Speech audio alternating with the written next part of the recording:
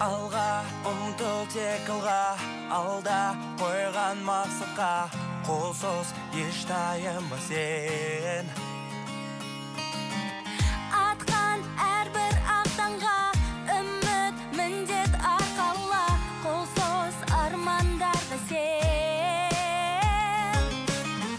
Болашақ жарқын болсын, бірлікпен орта толсын, жетелейтін бізді тек алға.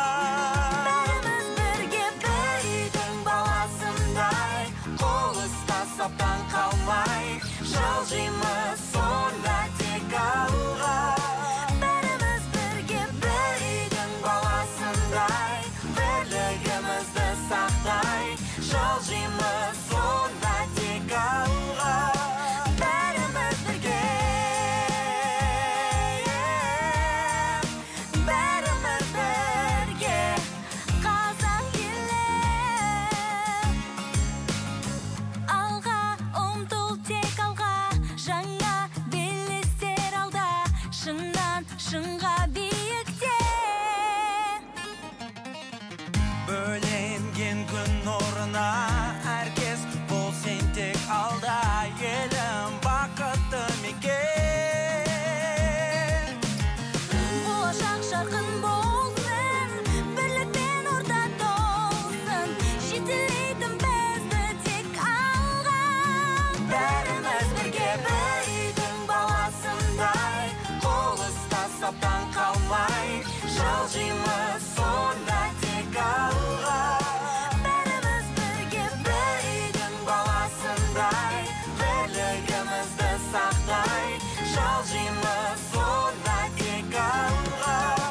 Бәріміз бірге, Бәріміз бірге.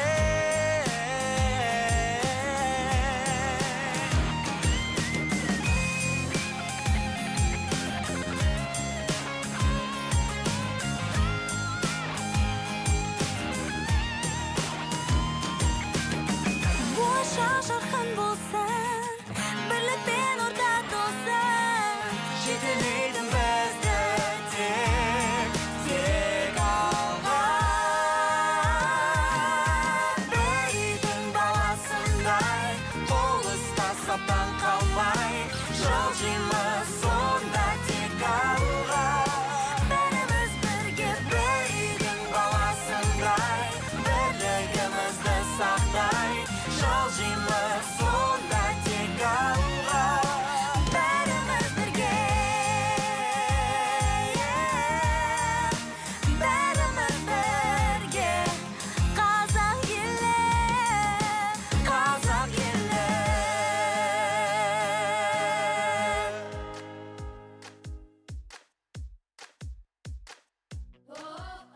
шығады. Қазіргі адамдарда IQ 80 мен 110-ның арасында келе жатыр. Көптеген адамдар, мысалға Альберт Эйнштейннің өзі IQ 130-дан асады. Және де бұл адамның өміріне өте маңызды. Себебі есеп шығару, не бір өз денесін басқару үшін де IQ керек. Тамаша, керемет.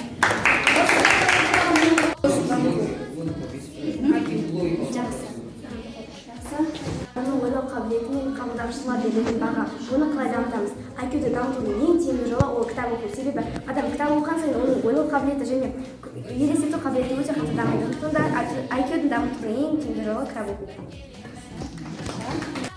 IQ дегеніміз ақпаратты немесе шешімдерді тез қабылдағыштығымен және оның ақылдығына берілетін баға. Мысалы біз ойында немесе сабақта бір есеп келеді немесе сұрақ келеді немесе бір ойында бір зат келеді. Соған біз тез шешім қабылдауымыз қажет болады.